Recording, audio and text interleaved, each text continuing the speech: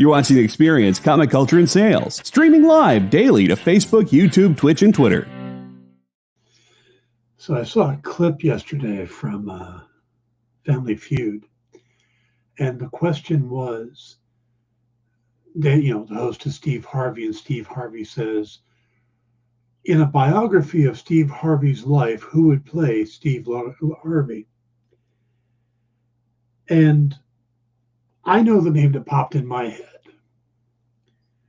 which was Kenan Thompson from Kenan and Kel and from Saturday Night Live.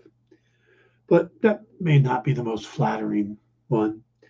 So, of course, everybody picked really flattering answers. They're like, oh, Idris Elba, Jamie Foxx, Will Smith. And a bunch of them were getting them wrong. I think they got one right of all of the 8 answers. In the back of my mind, I kept thinking, Kenan Thompson. Yeah, Kenan Thompson. But it's not very flattering. So, of course, like I said, they didn't get any right other than, I think Jamie Foxx was the one they got right. When he finally revealed all the answers, number 5 was Kenan Thompson. I felt better about that, because it means I'm not the only mean one in the world. Stay tuned for the Dan Wickline Show.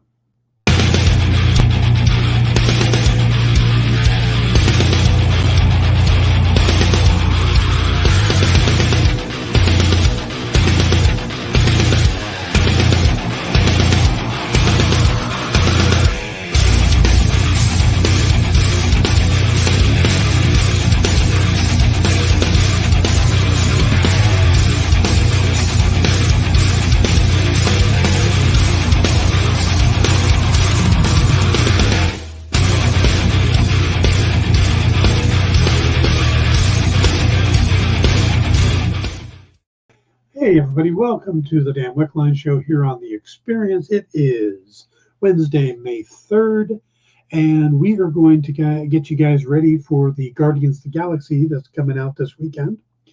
But before we do that, we got news to cover. We got some key books we're going to do at the end of the night.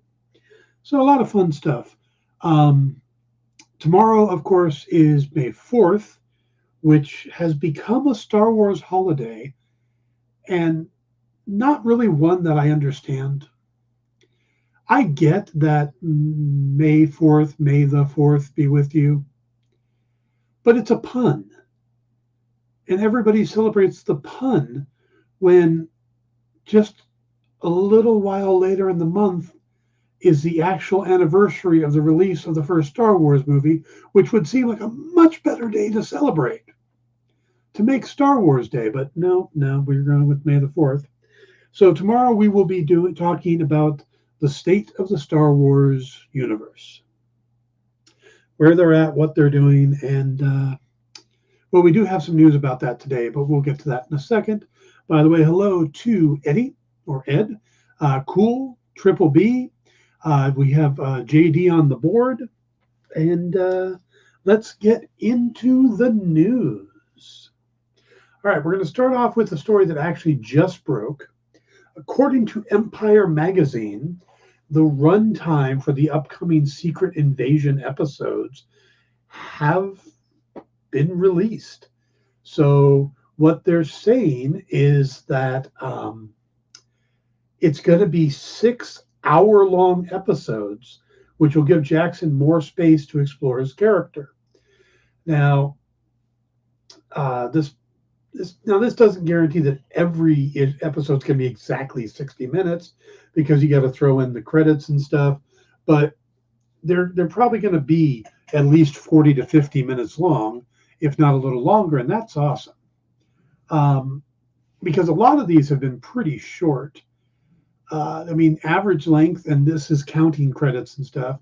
WandaVision was about 40 minutes long, which was weird because those were supposed to be 30-minute episodes. Falcon and Winter Soldier were 55-minute episodes. Loki was 50. Hawkeye was 50. Moon Knight was 51. Miss Marvel was 48. And, of course, She-Hulk was 34, being also half-hour episodes. But yeah, that's kind of interesting. We're going to get a little bit longer episodes, and I'm really looking forward to that one. We haven't had a Marvel series in a while. She-Hulk was the last Marvel series we had, and that's quite a bit ago now. So it's time for us to get one again. So, all right, let's get to the rest of the comic headlines. This is big comic book news. DC's current publisher and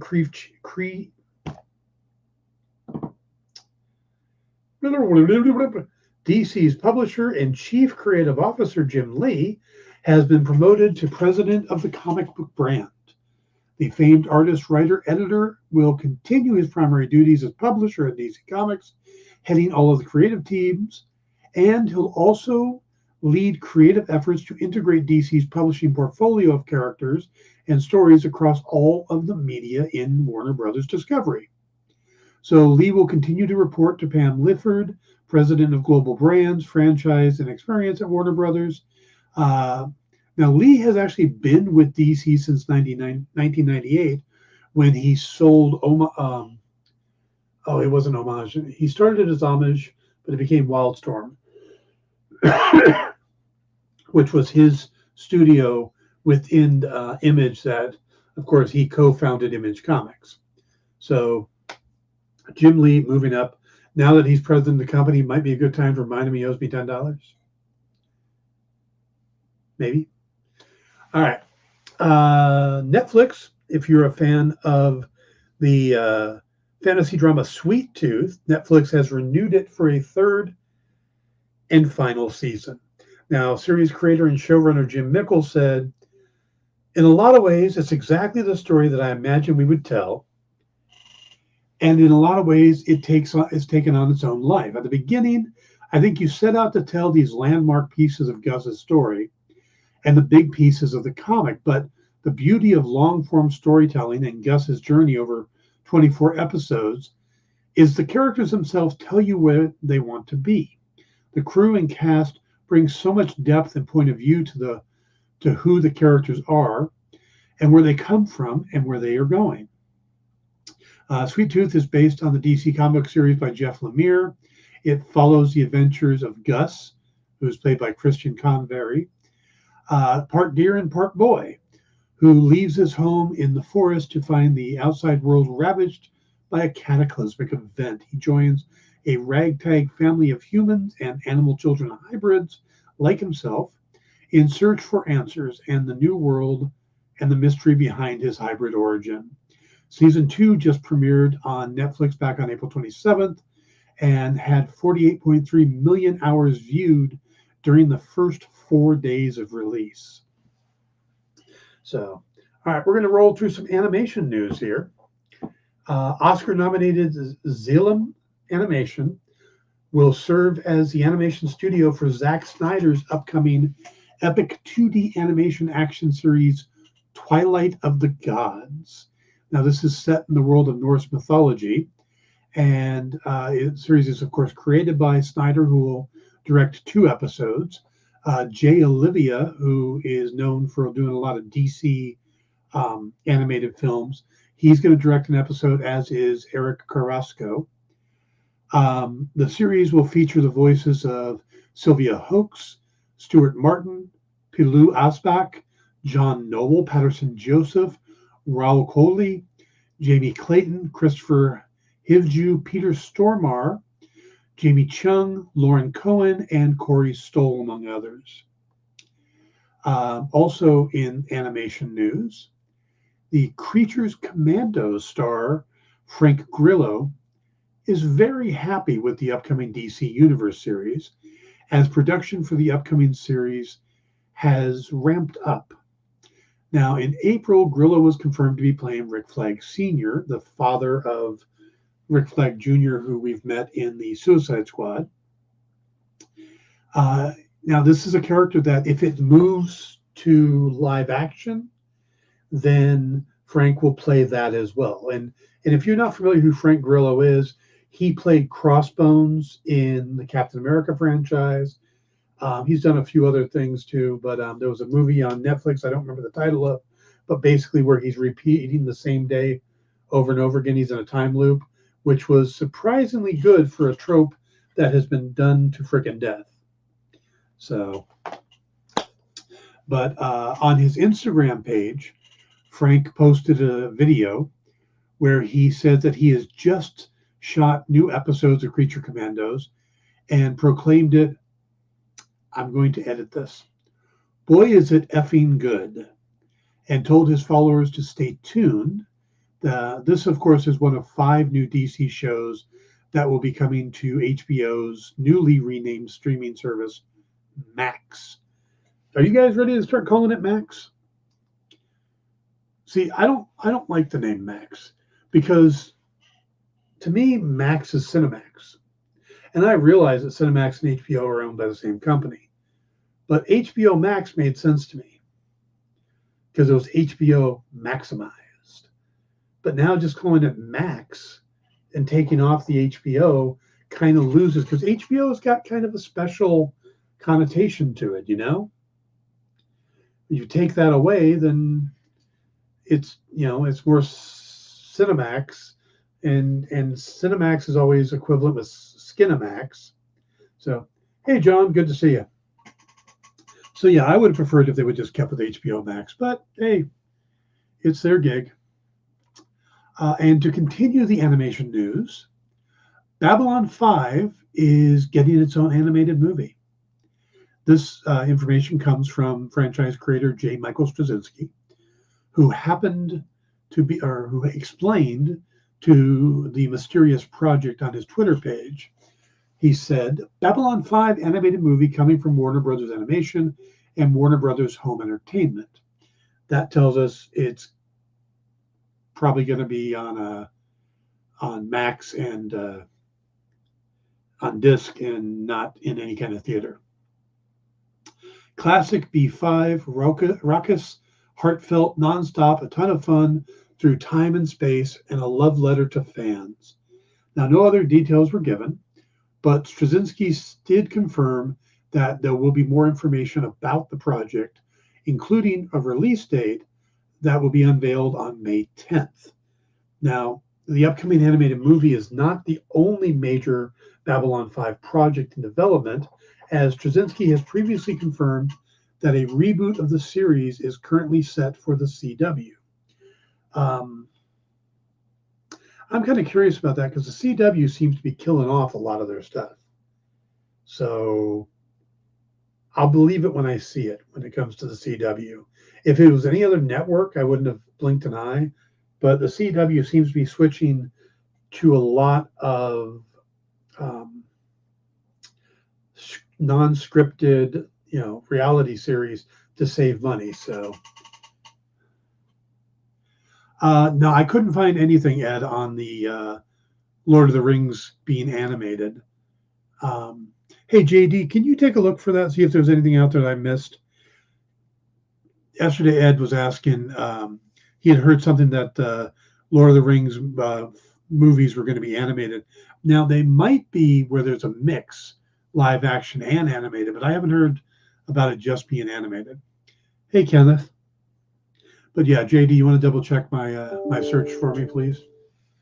Let's see. What else we got? Oh, here we go. Ever since Avengers Endgame and its 5-year time jump, fans have been trying to figure out when different shows take place because, it was 2018, then suddenly it was 2023 in the Marvel Universe.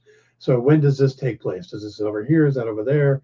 I mean, if you think about it, we're coming up to a new Daredevil series soon with Born Again, but it's got the 5-year time jump, and we haven't seen Daredevil series since 2017 or 2018. So it's going to be a long time after.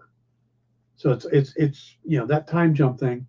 Well, this September, Marvel has a timeline book coming out. It's a hardcover timeline book, and it's the same thing as the Star Wars timeline book, which comes out tomorrow. So if you're somebody that likes to keep track of the whole cinematic universe, there's a Star Wars one out tomorrow.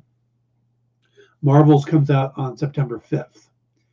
Now, the reason I'm bringing it up is with the start of phase 4, people were trying to figure out, okay, when does this take place? When does that take place? And there really aren't any really great landmarkers other than, oh, we're watching this one show and it has a sign up that says 2025 or this, that. So what we get now is that we can place the Falcon and the Winter Soldier thanks to a released page from the timeline book. So the page itself focuses on Captain America's shield and the history of the shield. And the entries there's an entry on it that says, Sam Wilson decides the shield should be preserved as part of Steve Rogers and Captain America's history and donates the weapon to the Smithsonian in 2024. This means anything listed after the Falcon and Winter Soldier on Disney Plus, you know how they have the chronological section? So anything that is after Falcon and the Winter Soldier takes place on or after 2024. So it says, Lord of the Rings, The War of the Rohirrim will be out in cinemas April 24th. The animated film is being developed in New Line Cinema and Warner Bros. Yep. Okay, now that's kicking in some memories. Not all of them are going to be animated, but they are doing an animated movie. So it's going to be a mix. I do remember them mentioning that, but they are supposed to do both live action and animated. It's the same thing that Marvel and DC are doing. They're kind of using all the different mediums. So this is a specific story they're doing in animation, though. Had to jog my memory there. I've just remembered the initial announcement. Okay, what else we got? Oh, while fans were disappointed not to see Judy Greer pop up as Maggie Lang again in the Ant-Man movies, the actress is actually going to be popping up in a MCU project very soon, as in Friday. But she's going to be popping up in a very different way. She won't be playing Maggie Lang, but she will be in Guardians of the Galaxy Volume 3. And we've learned that in the official press release, it has a cast listing. This is how we found out that Tara Strong was going to be replacing Miley Cyrus as the voice of Mainframe.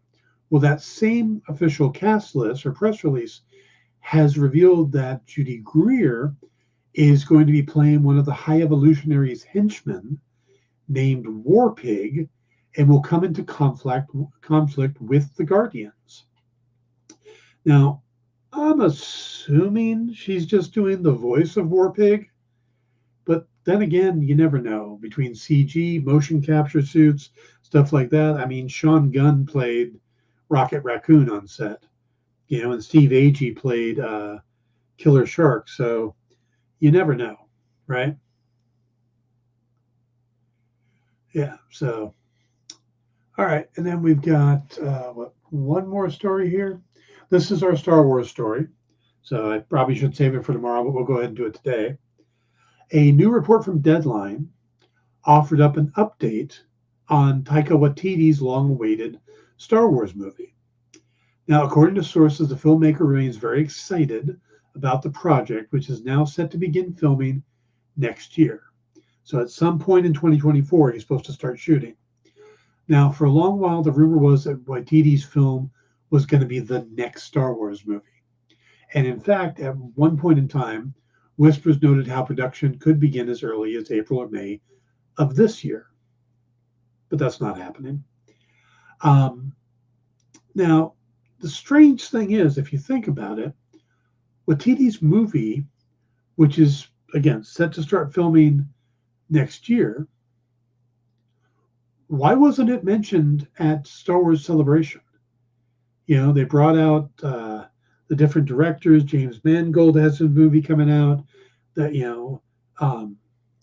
there's the old, there's Dave Filoni's movie, and then there's a future movie with Rey. So where was Taika Waititi? Because none of those have started yet either.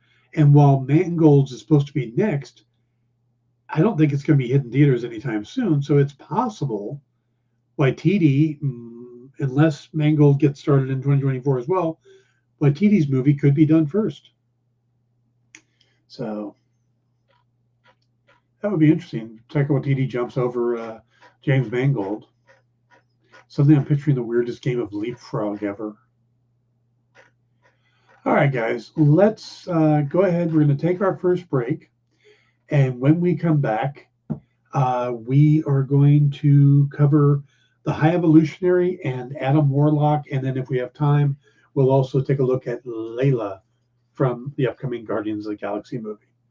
Stick around. We'll be right back. Join the party. Head over to our link tree to find all the links for everywhere the experience is all the time.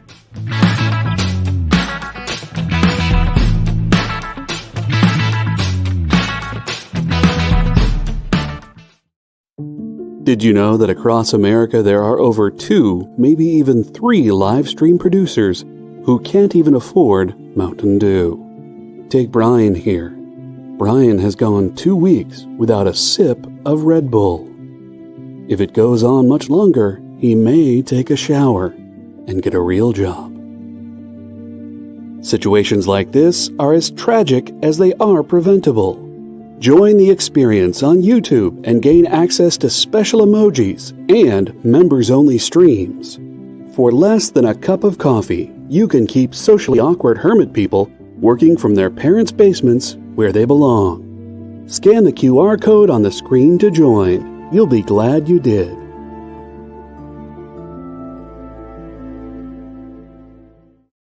Imagine being at a convention and going to an interview panel that's just for you.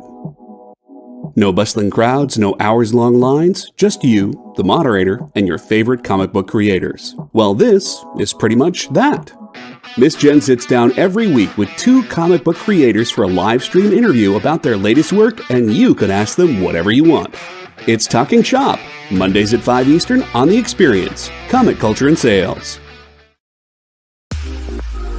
You know how when you go to Comic-Con, after Comic-Con, you go to the hotel bar, and there's a whole bunch of people playing music and dancing, and you've got Pikachu and Lara Croft Tomb Raider doing the cha-cha slide just down from Deadpool and Batman and Wonder Woman? That's every Saturday night over on the Experience Twitch channel. Join Taji Beats for the EXP Dance Party, exclusively on Twitch, twitch.tv/the_EXP.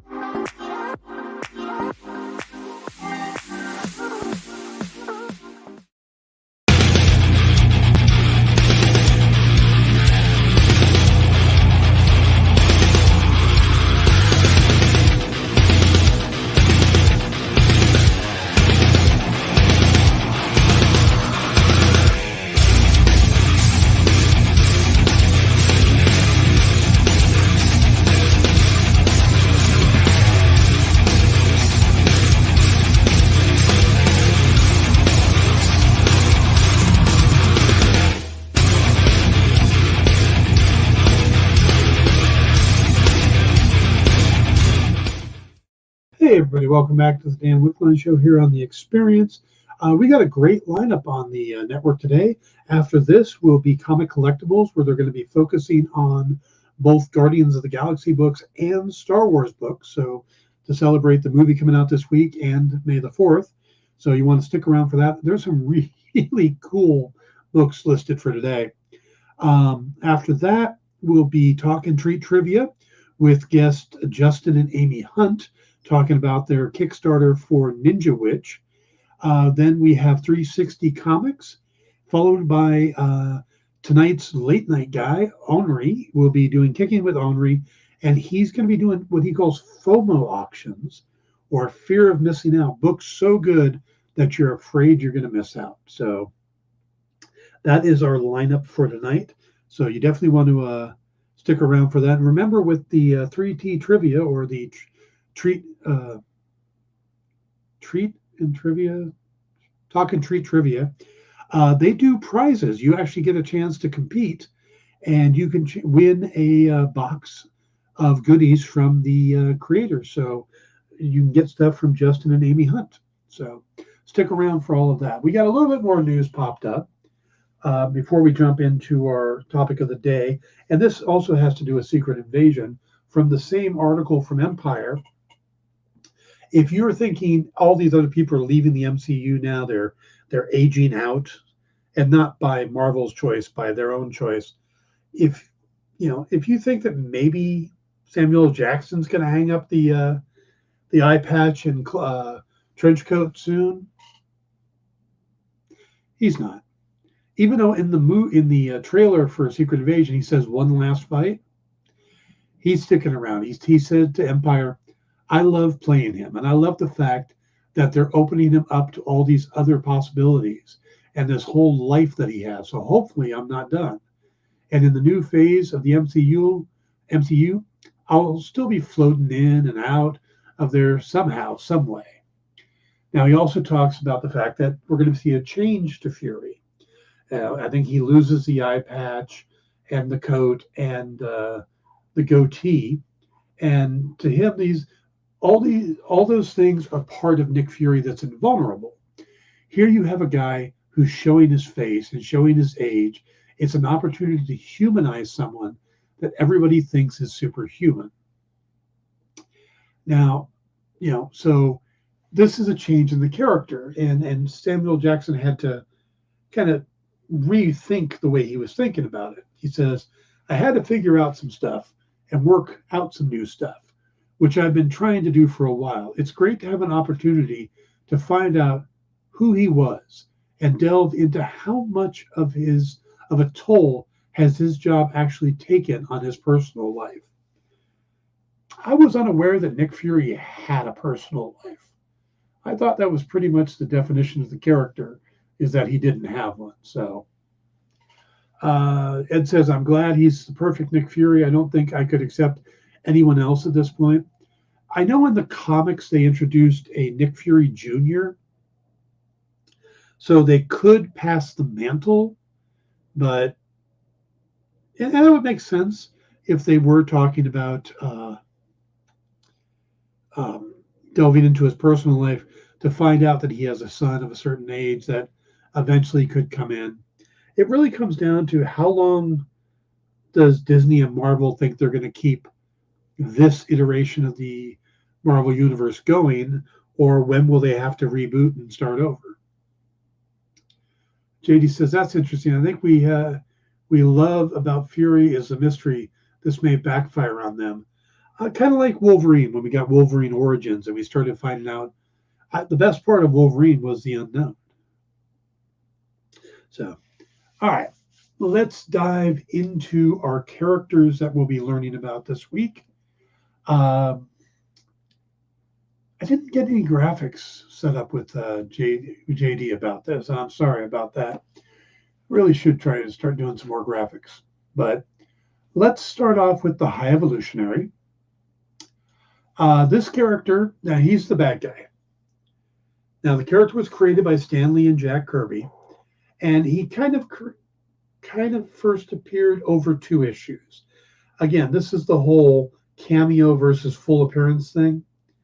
The Mighty Thor number 133 and 134 is where he started. That was in October, November of 1966. Let's see. Eddie says, that's why I hated Lucas trying to explain the Force in the prequels. Bad move and totally turned me off. Yeah, and you've noticed that they've kind of stopped referring to midichlorians to the point where they've only ever mentioned M count. So, all right, let's focus on Herbert Wyndham.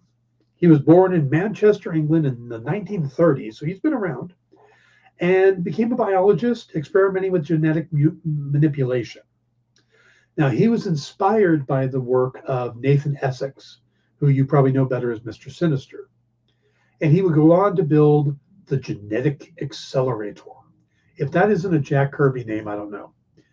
It's a machine that allowed him to evolve the rats in his mother's basement. Now, he was then approached by the outcast Inhuman, a geneticist named Fader, and he was given basically the blueprints for cracking the genetic code. So he was helped along by this guy. This allowed him to create a serum, which he called Isotope A. This also sounds like a Jack Kirby or Stan Lee name. After successfully turning his own Dalmatian into a humanoid with the intelligence of a chimpanzee, he would partner with Jonathan Drew. And if you're wondering who Jonathan Drew is, he is the father of Jessica Drew, who, of course, becomes Spider-Woman. They would move his work to Wundagore Mountain in the small nation of Transia, the Balkan nation. They would build a place called the Citadel of Science, which was designed by Horace Grayson. Horace is the father of who would become Marvel Boy. And it was built by Moloid slaves that were supplied by Fader again.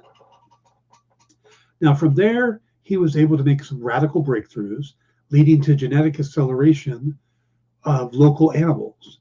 He turned them into these half-human hybrids he called the New Men. And then he would train these New Men in art of combat and made them his Knights of Wundagore. So, kind of fancy. That almost sounds like a Muse title, doesn't it? Knights of Wundagore. Now, besides working with the fathers of Spider-Woman and Marvel Boy, he would also work with a guy named Miles Warren, who would later become the Jackal and create the clones of Peter Parker and Gwen Stacy. So, yeah, he's kind of connected to a lot of people.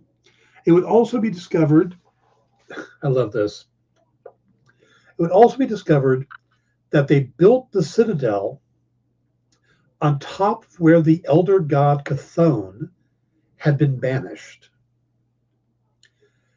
And it was also the location of the Darkhold.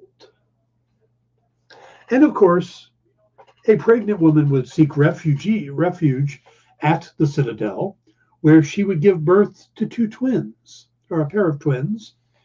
I guess a pair of twins is redundant, isn't it? Anyway, Wanda and Pietro Maximoff. And of course, Wanda being born near the Darkhold is what unlocks her chaos magic.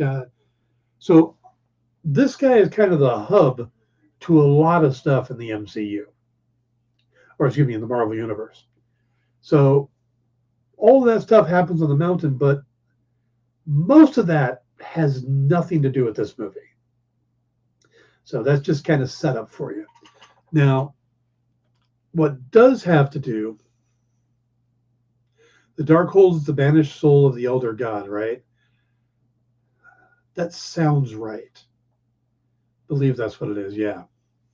So the important stuff that has to do with the High Evolutionary is this. Now, he was feeling that the Earth was too confining. So he turned his Citadel into a spaceship, which I believe is the plot of Go, right? Where he turns his house into a ship or make it fly. Pretty much the same thing. So now he packed up all his Newmen and headed into space, where he found a planet for them to live on while he stayed on its moon and started to build a replica Earth that he planned to put on the other side of the sun. He would call this new Earth Counter-Earth, and he came across this cosmic being called him. And that's important because he kind of takes him in and gives him a name, Warlock. Warlock would later be given the name Adam by some teenagers. We'll get into that. He also gave him the soul gem and put it in his forehead. Now, when the new men on Counter-Earth kind of regressed to their more bestial state, and one of them rose up and called Man Beast, they took over the planet, and Wyndham would send Warlock in to reclaim it. Now, he's had other issues with Counter-Earth, namely trying and failing to save it from Galactus. So yeah, when High Evolutionary actually tried to take on Galactus once, only to have the world devoured, detoured by the Fantastic Four to go check out the home of the Impossible Man. Who I believe actually him eating the world of the Impossible Man poisoned him, and it's a High Evolutionary actually had to save him. Now, he would also have a confrontation with the Beyonder, or Beyonders, or I don't know if they're a plural or if they're kind of like Q from Star Trek. Well, the Beyonder gets involved, and Herbert kind of realizes how powerful the Beyonder is and how insignificant he really is. And it shakes him to the point where he becomes mentally unstable. Now, and most of what we've seen after that is all being unstable. There are a ton of other high evolutionary stories out there. I mean, this is a guy you could deep dive into for a long time. I'm just going to give you what's important for, what I give you is just important for the movie. So, but the high evolutionary, power-wise, he has evolved his intelligence to an upper limit of human potential, and is the only human whose intelligence and knowledge has been listed as equal to certain cosmic entities. He's considered the leading geneticist in the Marvel Universe and is vastly knowledgeable in biology, chemistry, medicine, physics, engineering, human psychology, computer science, and cybernetics. He's also appeared in various animated series. He was in X-Men the Animated Series, Spider-Man Unlimited, Guardians of the Galaxy, and more. But this will be his first live-action debut, and he's going to be played by Chukwudi Iwuji, who was in the Peacemaker series. So that's, yeah. And he's also known all the cheat codes for Banjo-Kazooie. Well, that goes without saying. All right, let's move on to Adam Warlock. This one gets a little more complicated. And we've been talking about it a little bit when we did his key collectibles, but Adam Warlock was kind of created by two different groups of creators. The original one, just known as Him, was created by Stan Lee and Jack Kirby, while Roy Thomas and Gil Kane actually made Adam Warlock. Now, he first appeared as Him over a couple different issues, Marvel, or as Fantastic Four 66 and 67 in 1967. And then he would return. He's only really a cameo in those two, like the Cocoon he's in and stuff like that. We never really see him in the Fantastic Four. Then he shows up in Thor, and we see him in his full glory. And he's trying to get Lady Sif to be his bride, type of thing. So that's all him. And then the Warlock and then Adam Warlock thing happens in Marvel Premiere #1 in April of 1972. So you can see this guy's origin has been spread out over basically 5 years and multiple issues. Now, the character first appeared in a variety of comics, starting off in the Cocoon, like I said, for a few issues before fully appearing. His first appearance is debated. That's why I said his role in the Fantastic Four books was minor, where he became an antagonist in Thor 163 through 166. And then in 72, Thomas and Kane would revamp him into a messiah figure, thanks to Thomas's love of, you're not going to believe this, Thomas came up with the idea because he loved the musical Jesus Christ Superstar. He also chose to keep him out of the mainstream Marvel Universe by creating Counter-Earth and tying him to the High Evolutionary. So the whole purpose of Counter-Earth wasn't just to give High Evolutionary a plaything. It was a chance to be able to do stories about Adam Warlock that didn't involve the rest of the Marvel Universe. Now, the character would go on for a while, and then he would just suddenly vanish. And then someone else would come along and want to play with him again. So Roy Thomas had him for like a year, then he went away. And then Jim Starlin came in and played with him from like 75 to 77, and then he went away. And then he brought him back in like 1991. So he pops up in most of the big cosmic stories throughout the history of Marvel, but then people seem to lose interest when it's not a big cosmic event. So like Rod Morris just started a new series. We'll have to see how well that sticks. Adam started off as an artificial human created by a group of Earth scientists called the Enclave, who named him. He would then rebel against his creators and have a conflict with Thor over Lady Sif before he decided to just leave Earth And while in space, he would come across a high evolutionary who then gave him the name Warlock and asked for his help saving Counter-Earth from the savage man-beast. He is then given the name Adam by a group of teenagers he befriends on Counter-Earth. And after defeating man-beast, he would head off into space again to find his purpose in life. Now, a lot has happened to him. After this, including discovering of an evil future version of himself called Magus, encountering a group called the Universal Church of Truth, which would become one of his big adversaries. He would spend time traveling and adventuring with Gamora and Pip the Troll. And for a while, the three of them were trapped inside the Soul Stone, or Soul World. With an Infinity Stone in his forehead, this, of course, led to problems with Thanos and the Infinity Gauntlet that eventually Adam would come to possess. And he would be given the task of finding new protectors for each of the stones by the Living Tribunal. This would be the creation of the Infinity Watch, which was another book series for a while. Now, the likelihood of any of this showing up in the Guardians movie, it's not happening. If they bring Warlock in, I wonder if he'll have the Soul Stone in his head. How will they explain he got it after Endgame?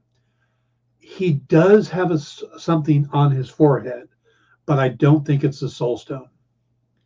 But he does have something there. They're changing him quite a bit. I'll get into that. Now, it'll be hard to say exactly what Warlock's powers will be in the movie, as some of what he could do in the comics came from the Soul Stone, which he won't have. Though he will have some kind of stone in his forehead, which we'll have to wait and see what it does. But in all incarnations of the character, he possesses superhuman strength, speed, durability, stamina, agility, and the ability to manipulate cosmic energy for energy projection. He has flight, recuperation, and immortality. By the way, his recuperation is he just builds himself a new cocoon. And even though he can die, he can be killed, but he can't truly die, as death can't actually claim his soul. Still, that probably has to do with the Soul Stone thing, but all right. So now Warlock has appeared in various animated series, including The Silver Surfer, The Avengers Earth's Mightiest Heroes, and Guardians of the Galaxy. Now, while this will be his first live action appearance, and he'll be played by Will Poulter, he has been hinted at 3 times before. In both Guardians of the Galaxy and Thor the Dark World, we see in the collector's collection a cocoon that we were led to believe for a very long time was him.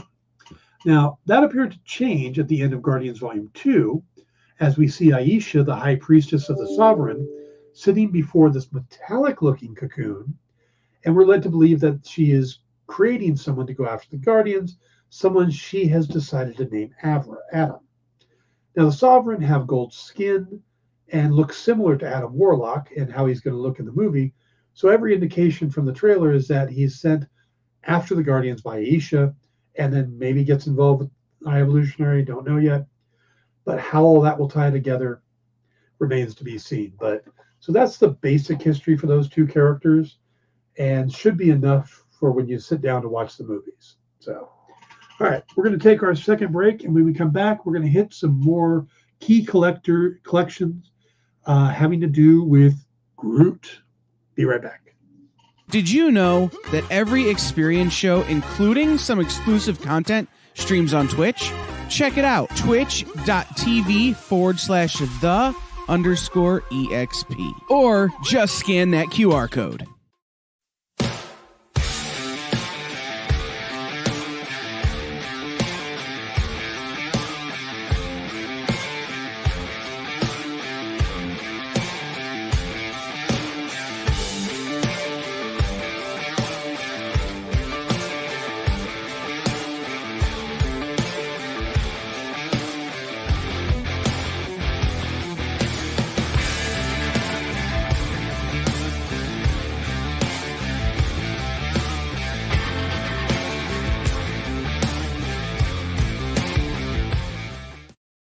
Comic Collectibles is here for you every Wednesday with AR Comics for 2 very important reasons: to sell you rare, one-of-a-kind comics that you'll love, and to confuse AR with old man talk. You see, Rex and John are, how should I put this, ancient as the roots of the mountains. So every week, Rex and John fill in AR in yet another area of pop culture that he missed because he's too young, just didn't have the time, or just really doesn't care about. It's a real public service they provide. Come buy some super rare and unique comics, while old men explain long-dead sci-fi shows to a younger man making that confused puppy face. Every Wednesday from 6 to 8 Eastern with Rex, John, and AR Comics. Comic Collectibles on The Experience. Comic Culture and Sales.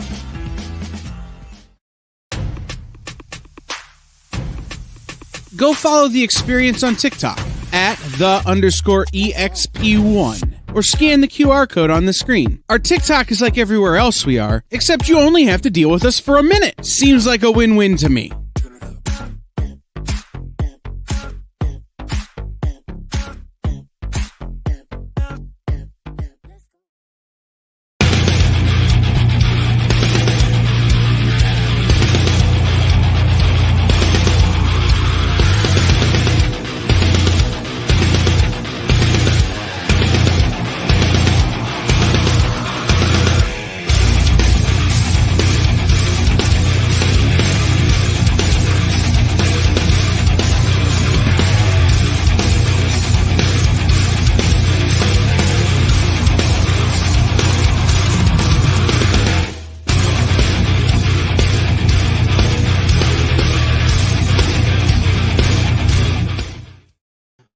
Welcome back to the Dan Wickline Show here on The Experience. Please hit the like and subscribe buttons.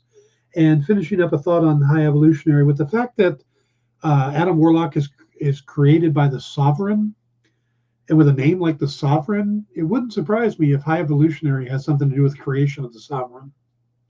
Just throwing that out there. All right, let's go ahead and get into this today's key collectibles. All right, we're doing Groot issues. And we're going to start off with Tales to Astonish, number 13 from 1960. This is the first appearance of Groot. This goes for about $15,000. $5,000 for a median copy, $1,500 for a low-end copy. And even though this is Groot, it's not really the Groot we know today, but this is where the name starts and the design. He just gets changed. Now, if you want a cheaper copy, this is the origin story retold in Where Monsters Dwell, number 6 from 1970. It's just a reprint of the other book, but it's about $90 in the high end, $25 in the median, and $9 in the low end if you're a completionist. All right, then we get another copy of Groot, Master of Plants, in Incredible Hulk Annual number 5 from 1976. And here he's a replica of Groot created by Zemnu. This goes for about $85. Median's about $20. Low end's about $8. And he's bringing back, basically, instead of just bringing back a bunch of the old monsters from Marvel's Monster Days. All right. Now, the first modern appearance of the Groot we know is from Annihilation Conquest Star-Lord number 1 from 2007. And this is a very affordable issue. High end on this is only $4. Plus, I love that cover. That art, if you're playing Marvel Snap, is one of the special cards for this month, that art. So you can pick this up for $2 or even $1. So check a look for that. Then we have Guardians of the Galaxy number 7 from 2008. This is Groot joining the Guardians after he kind of grew up from being a sapling. This one only goes for about $5 in the high end. Again, $1 or $2 for a good copy or a decent copy. Groot number 1, this was his first solo series. This goes for about $3 right now. $1 or $2 for a slightly lesser copy. So all of these things are very, very affordable if you want to pick up some Groot stuff. Groot number 4 from 2015 is his origin. It was told over 2 issues, so this is the first part of his origin. This goes for $12, where part 2 here, number 5, goes for about $15 on the high end. And then after that, we have Infinity Countdown number 1 from 2018. This is where Groot learns to speak. How bizarre is that? We were just so used to I am Groot. High end on this is only $4. Median's $2. Low end's $1. And then Guardians of the Galaxy #1 from 2019. This is a more recent one. You can tell by the lineup of Groot, Nova, hell, I can't even tell some of them. Moondragon, Silver Surfer, Cosmic Ghost Rider, Gladiator, Phyla-Val. By the way, the white-haired woman there, she's in Guardians too. She's going to be in the new movie. She's the girl that's running on the treadmill with the High Evolutionary. So we're getting her character as well.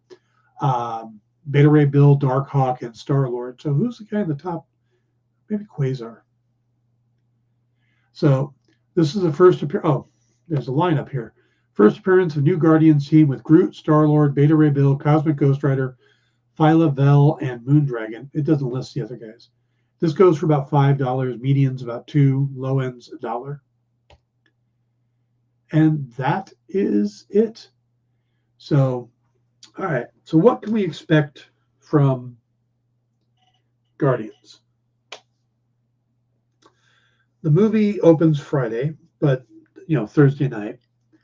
Now I haven't heard any spoilers or anything yet, but things that I kind of expect. They're really pushing the idea that someone's going to die. And because they're doing that, I kind of get the feeling that maybe no one dies. Does that make sense? That none of the actual Guardians are going to die? Because it's like thou dost protest too much. I wouldn't be surprised if the team won't be the same at the end of it. But I have, there's a possibility that certain people just go separate ways at the end of this. So hopefully we'll learn more about the Sovereign. They're kind of a unique group. We'll find out about Counter Earth. I wonder if we're going to get some of the other Guardians haven't really had their day in the sun. We know that Rocket's getting a lot of attention in this. But like Mantis and Drax have always been kind of comic relief type characters. And I'd love to see if they get a little bit more attention in this, being that it's the final one, So I'd like to see that. I'm curious what's going to happen to Peter Quill. I think along with Drax, I think he's one that won't be back after this. Or if he is back, it's a long time. He's going to be gone for a while. What's going to happen with Gamora? Because she's not the Gamora we know. But I feel like there's got to be something. But I can't see them putting Gamora and Quill back together, because all the stuff that brought them together isn't there. And I just feel that would be cheap, But like I said, I think we're going to end up with a new Guardians team by the end of it. And it wouldn't surprise me if Adam Warlock is on the new Guardians team. It also wouldn't surprise me if Phyla-Vel is on it as well, because they're introducing the character here. They're probably planning to use her. So those are my thoughts on it. Again, don't know. Gamora's still dead, right? The Gamora from... Did you see Endgame, Ed? Because the Gamora that they did everything with died. That Thanos killed her.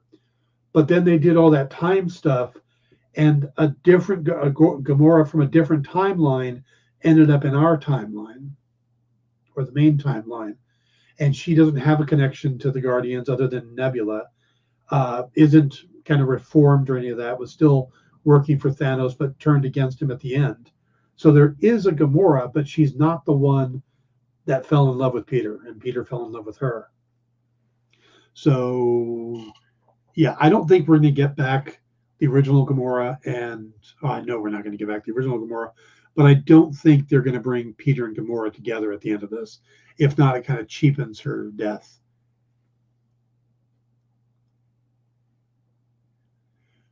Same timeline, the second Thanos came from, right? Yes. So there is a Gamora, but it's not the same Gamora. And like I said, I think she'll be changed, but if they bring her, if they tie her romantically to Quill, it takes away the sacrifice that Gamora made, So, or takes away the pain of it. So, all right. So that's what I'm looking forward to. I probably won't get a chance to see it. I'm hoping to see it Monday, so we can talk about it next week. I won't be able to see it this weekend, but we'll see how that goes. Remember, tomorrow we'll be talking Star Wars. Death has to have at least some consequences. Exactly. That's what I'm saying. It's like everybody's like, "Whoa, you just get another Tony Stark from the multiverse." No, you do that, it cheapens all the the stakes. So it says I was hoping we'd get at least one as Guardian of the Galaxy with Thor, but don't look like that's going to happen. Yeah, there was a chance we were going to get that, but between Gunn being fired for a while and then brought back, that shifted everything, and then COVID just really screwed up the timeline. So Guardians 3 was supposed to come out before Thor Love and Thunder, and then it got flipped and just became a mess. So COVID really has screwed up the MCU, and they're doing their best to fix it, but I don't know. We'll have to see how it pans out, but I'm looking forward to the movie. And I'm hoping no one dies. I don't want to come out of the theater with eyes red, and these are family now, So, all right, guys. Remember to stick around. Comics Collectibles is up next with some great Guardians and Star Wars books, as well as some. I saw some Shazam books on the list, which were interesting. No, you can't kill Cosmo. Who is the cosmic John Wick? If you kill Cosmo, who's the cosmic version of John Wick? Would that be Cosmic Ghost Rider, who's actually Frank Castle with the Ghost Rider Spirit of Vengeance? Then suddenly we have him killing everybody in the galaxy. Craiglin. Oh, the Yaka arrow. All right, guys, we have to wrap it up there. Again, stick around for Comics Collectibles and a great lineup tonight, and we will see you all tomorrow. Have a great one. Do you remember what it was like when you were a little kid and you got a letter in the mail? Now imagine that letter was filled with information about your favorite shows, pop culture questions, links to things you're going to want to see later, and even sneak peeks at upcoming programming here on The Experience. That's what the EXP mailing list is. Every week, we send you sneak peeks, information, and all of the relevant links for all of the shows you want to see. Sign up now on our website or scan the QR code that's on your screen right now.